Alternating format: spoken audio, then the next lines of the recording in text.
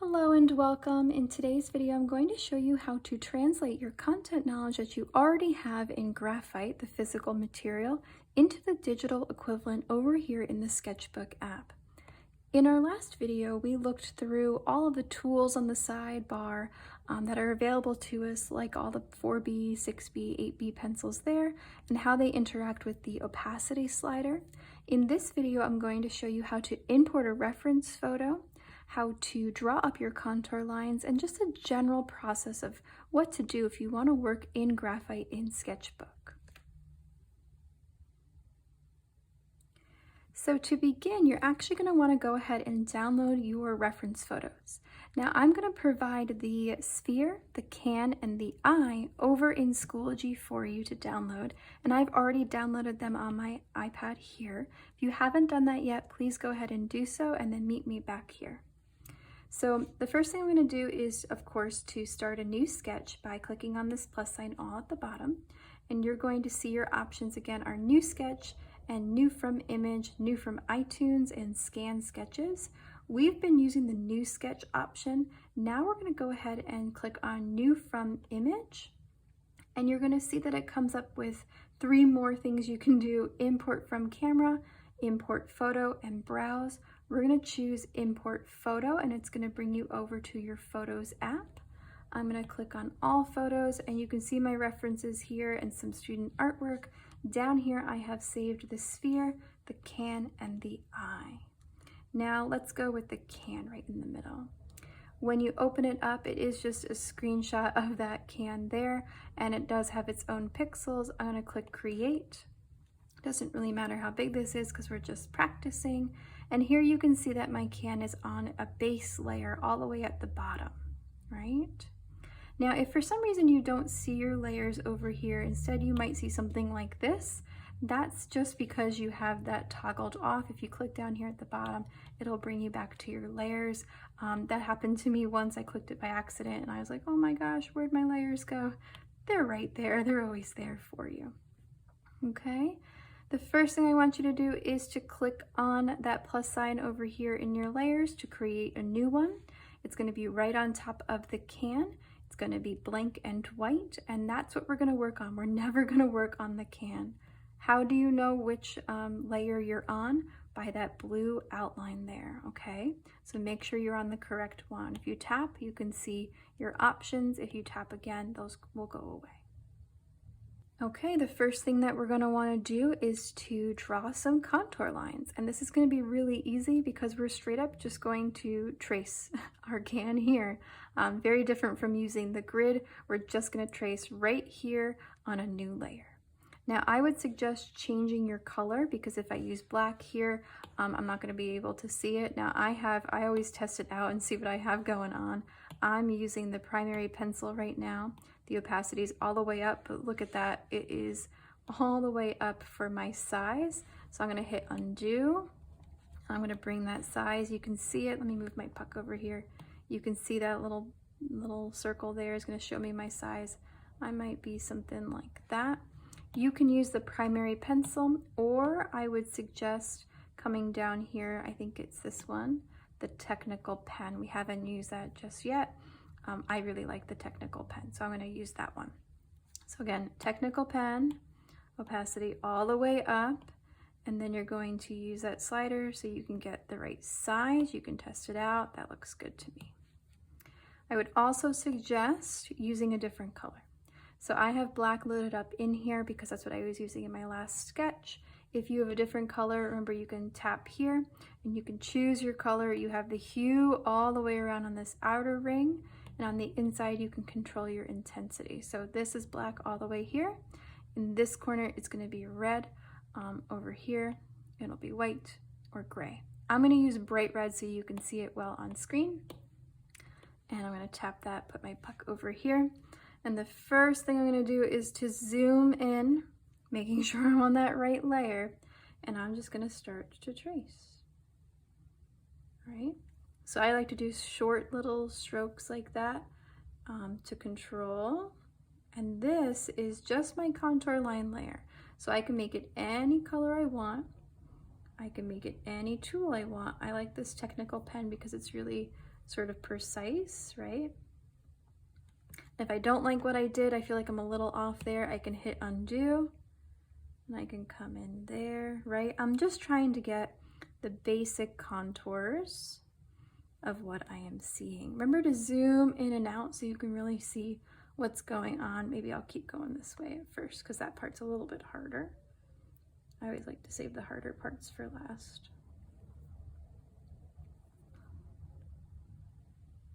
And just trace around. Now I'm using that Apple pencil, right? But this really isn't going to matter with this technical pen. That's why I chose it also.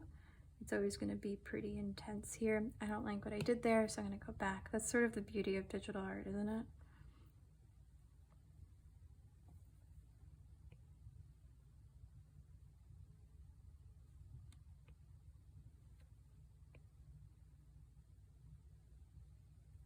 Again, don't like what I did. Now I like to do short little strokes like I said earlier and really control that, because if I do all of this, I'm gonna go quick. If I do all of this and then something was wrong, like only there, when I hit undo, it's gonna take away everything. So that's just something that I've learned that is good for me. Doesn't necessarily mean that it's good for your process, right? And you can see I really turn this guy around a lot to help me out. Hopefully that looks okay on camera. Now in retrospect, I think my technical pen is too thick. I think I should have made it a little bit skinnier, but it's too late now for me in this video. If I turn off my background though, do you see? It's coming there, it's coming alive, right? So I like to do this quite a bit. Right now I just have my basic outline, but I like to turn my background layer of my reference on and off several times to see what I'm missing. So what am I missing? Well, I'm missing the details over here, but I'm also missing all of the contour lines that are happening inside my can that show all these crinkles. And some of them are very obvious, like this one here. Let me go ahead and do that one, right? Some of them are super obvious, like that. Right? Doesn't that, let me do that. Doesn't that look better? Right? That crinkle there. But some are not going to be so obvious, like something that's happening over here. It's up to you. Whenever I see a change in value, whoops, the change in value is when I'm going to put in some kind of contour line for myself, right? So this is for you, and I would love to take a look for you, or with you actually, to help you out. Make sure you didn't miss anything. And I would recommend, especially if you're using the stylus provided from the school, I would really recommend zooming in as much as you can and trying to be as precise as possible. So I'm just getting the gist of what I see type thing. And again, I really would have made this technical pen smaller if I were going to do this as a full drawing. Made it a little bit bigger so you can see it on camera.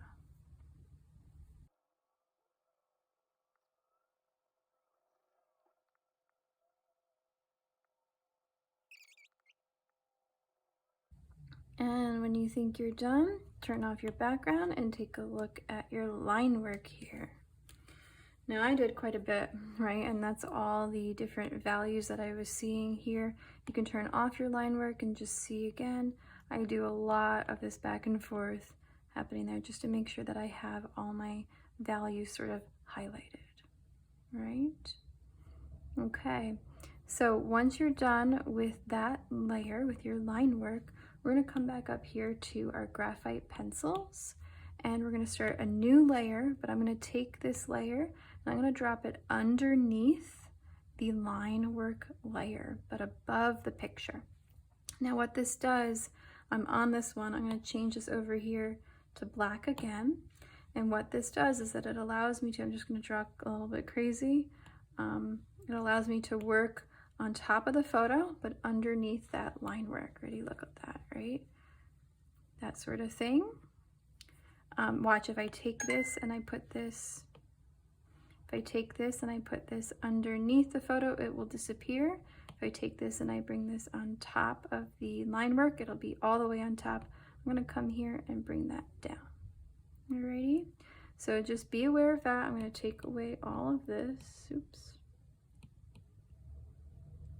And I'm gonna make sure that this is underneath my line work, and then I can start to shade.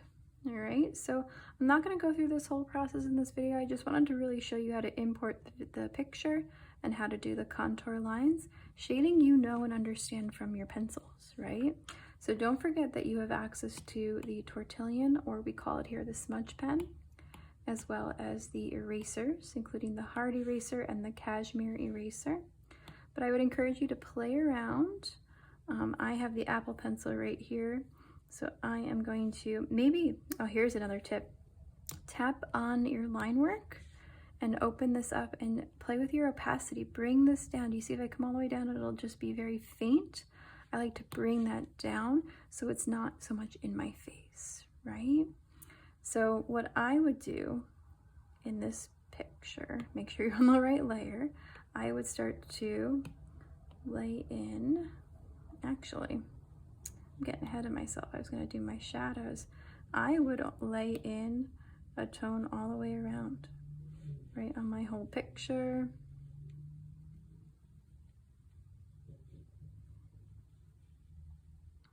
And then I would blend it. Now I want to turn off my photo. Maybe I'll even turn off that top bit, and so I can really see what I'm doing, right? And then I can come in here and I can start to blend just to lay in that tone.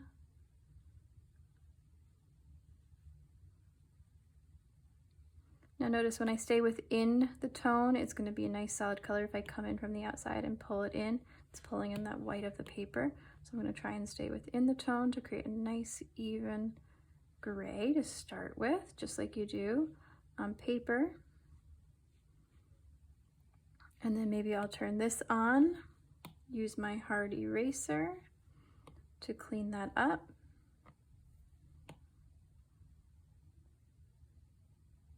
Oops. Trying to pay attention to the lines.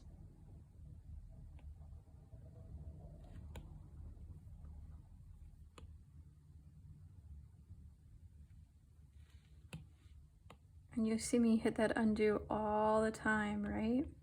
The more you can pick up your stylus before moving on to the next bit, the better. So you don't have to redo your work all the time. Okay, then sometimes I don't even use my line work. Sometimes that's just for me to sort of like know what's there. So I'm going to turn that off, and maybe I'll turn that off, and I'm going to turn my tone off and on. So maybe I'll put my picture above. Play around with this, see your process, right? So I'm going to turn my picture on and off and sort of start to see like, okay, where are my highlights, where are my shadows, that sort of thing. Oftentimes I will zoom in on one bit. So instead of looking at my reference on one side of the table and then my drawing, I'll zoom in and I'll say, okay, I'm going to look just right here, and I'm going to turn it on and off. Maybe I'll put my line work on for that point. On and off. I'm like, okay, right here it's darker. Making sure I'm on the correct layer, and then I can make sure my pencil is correct size. And then I can come in here and start to lay in my tone. And then I'll move to another part. Let's come down here because I know this is darker here. On and off, on and off. Making sure I'm on the right layer, and then I can lay in that tone. Don't worry about going outside the lines because you can erase.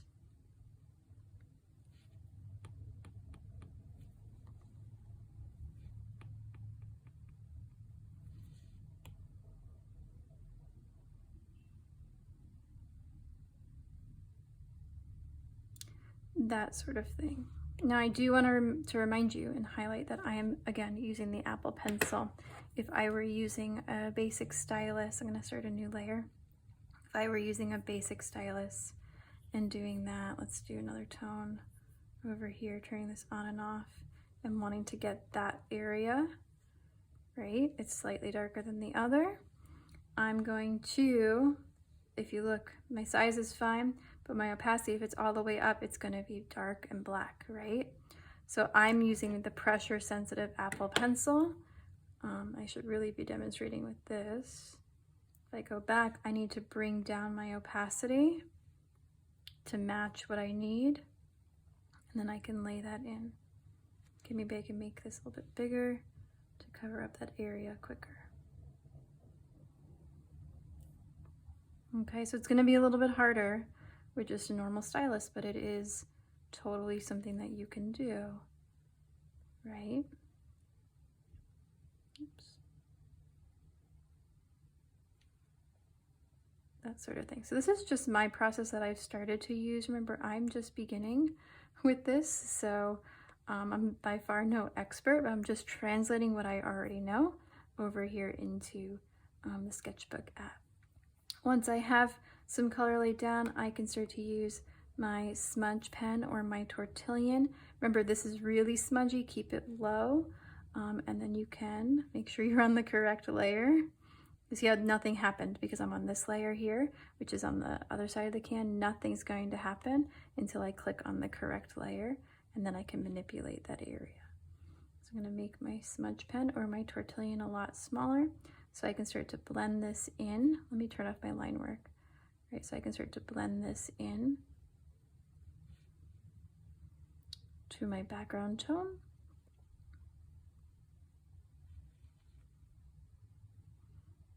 Type thing.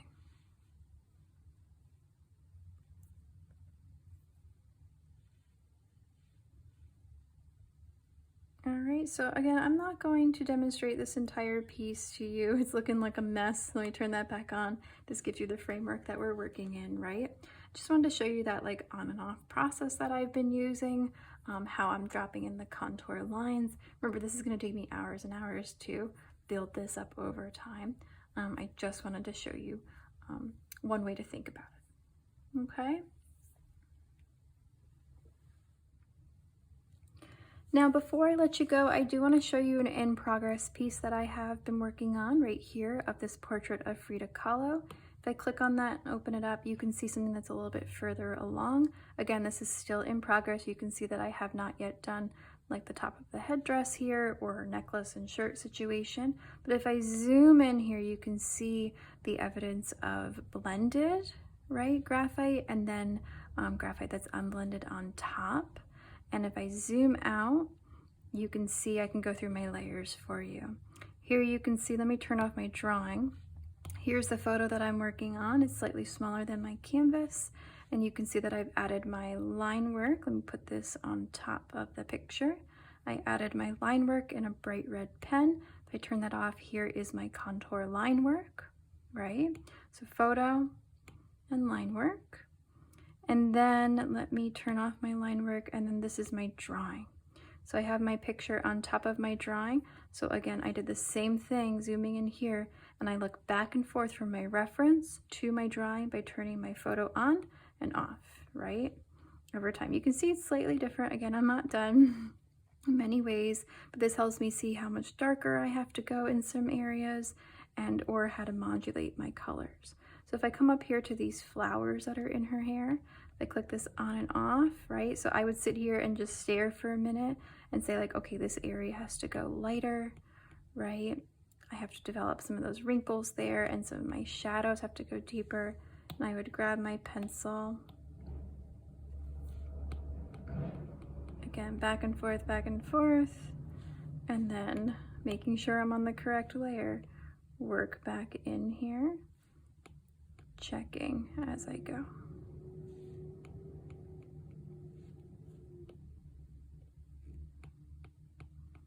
All right, and then this is just my process. This is, you know, what I've discovered works for me. Some people like to keep their reference over here, a little one off to the side, or have like it on their phone or print out, something like that.